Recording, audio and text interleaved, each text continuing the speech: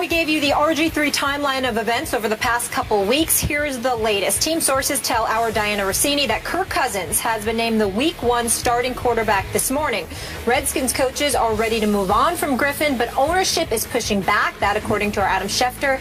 And Rossini, another Super Bowl champion in the house. Jeff Saturday, good morning to you. Good morning. How you doing? Thank you for being with us. We needed some help here to put this man back in his place. I think he's going to be with me on this. On these. Yeah. I'm just thinking. I could be wrong, but I'm thinking. Okay, we shall see. Jeff, we'll come to you first. The saga continues. What should they do next with RG3? Yeah, as you look at it, when you hear coaches, they're ready to move on, teams ready to move on, ownership isn't. I think it's time to let him go and let him go find a new team. Seek a better place, a better fit for him, a better fit for this team. What are you gaining in keeping him here? Anytime Cousins struggles or McCoy struggles, why aren't you playing RG3? You're always going to leave this battle in people's minds. So you know what he is as a player. And we went back, the ESPN stats guy helped me with this. And since 2006, there has not been a quarterback who had a higher sack ratio than RG3 did last year. 13.4% last year. That means 13% of your passes you're getting sacked.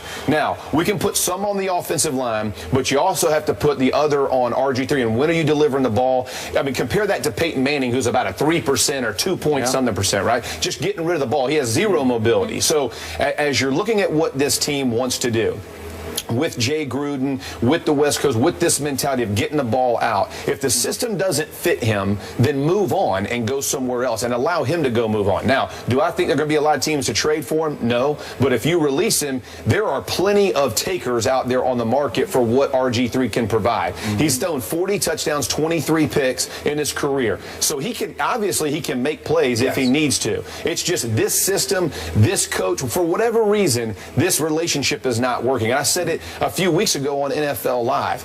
That relationship is the most important, because when you go in the locker room, if your head coach doesn't have your back, receivers won't have your back. The minute it's a bad ball, quarterback didn't throw a great ball, right? Nobody's like fighting for that guy. Nobody's laying it on the line. Offensive line knows this guy may not be here, right? We may have Cousins, we may have McCoy.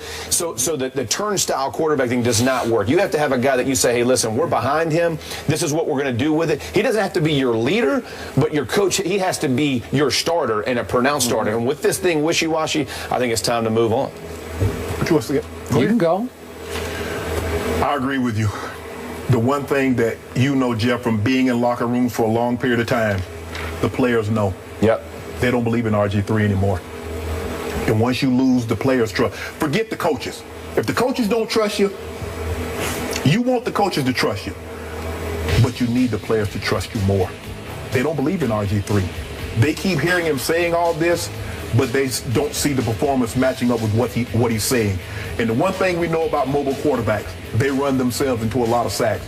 Mind you, Randall Cunningham once got sacked 70 times. Michael Vick was a high sack guy because they run themselves into some sacks.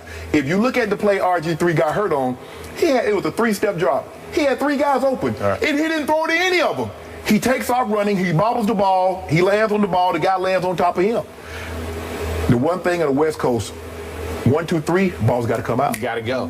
1, 2, 3, 4, 5, ball's got to come out. It's got to either come out or you got to go to number 2. You can't sit back there and do this. Right. You can't. And right now, he has no confidence, and he knows they don't have confidence in him. And I think that's what's bothering him more, because he's never faced adversity, really. He went to Baylor, he lit it up. The guy won the Heisman. He comes into the NFL, he wins rookie. He's the first rookie to win Offensive Player of the Week in opening day in NFL history. Right. So everybody's talking about RG3 is going to revolutionize the quarterback position. Everybody's going to want an RG3. Only Millie Vanilli had a faster rise and a faster fall. It's over, Skip. Yeah, but they were fake. That Robert wasn't fake, right? Millie Vanilli, they were phony. But here's the thing, though, Skip. Unless he realized, says, you know what made me successful? I got to get back to that. It's over. Okay. He can't. He's not a straight pocket quarterback. He's never been that. But you think he's basically finished in the National Football League? No, I think he's finished as being RG3. Now, he can be Robert Griffin. He can be a solid guy, but he'll never, ever be 2012. That's gone. Okay. I disagree. Quick thought. Oh, you think he can be that again? Yes, I do. Do you think he's finished in the National Football League? No, I do not. I think there are plenty of takers, and I think he can be. But even if somebody takes quarterback? him, Do you think he'll be 2012 ever again? No, I think he's going to have to learn to develop his position and understand whatever system he goes to. It's going to be very difficult to go to an NFL team and completely retool your offense for a particular player that may get injured, and then the guy behind him can't run the system. So you at some point there has to be some molding or meshing of systems here. Yeah, a compromise. As he comes in, I do think he can be a very capable starter in the NFL as he works through it. But again, that means diagnosing, that means improving your accuracy, that means trusting in your offensive line and delivering the ball. And it doesn't have to be a big play. I think what happens to young quarterbacks with early success is they think about the big play every time. In the NFL, 6 yards is a great play. Be happy with it. Right now, we're ahead of the chains. Now we can make first downs. Everybody talks about touchdowns, but there's a ton of management in this game that is required from the quarterback position. Okay. And slide. This is my and slide. Thank you very much. He still hasn't learned to do that, which just perplexes me because he's so athletic, but he can't slide. Anyway, bottom line from me, I am hoping the Washington Redskins are foolish enough to cut Robert Griffin III. He will go somewhere else and start over, and I told you earlier in the show, he's going to have to swallow all of his considerable pride and start from scratch elsewhere and re-win another job, another way, for somebody who does believe in him because they wanted him to come there. And he will come back and haunt this franchise, the Washington franchise. If Jay Gruden is still the head coach at that point, he will haunt Jay Gruden, because this is coming down to, is Dan Snyder ultimately going to bet on this head coach or this quarterback?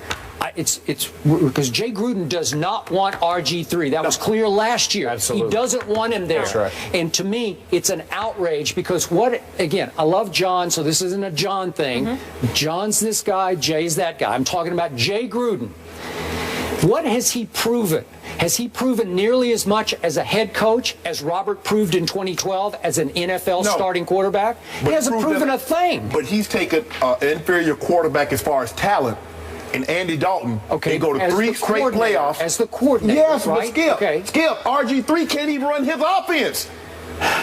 There's something that didn't click here from the start. I don't know why. I'm not there. But after all the hoopla about Dan Snyder has handpicked Jay Gruden to help take RG3 back to the 2012 level, from the start, it was clear, just watching Jay in his media sessions, he didn't like this guy. He didn't like the way he operated off the field, and he definitely didn't like the way he operated on the field. And let me say this. Probably the best thing that could happen to him is he goes and retools his game and grows in confidence with a new team. So I fully agree. But let's not miss the point.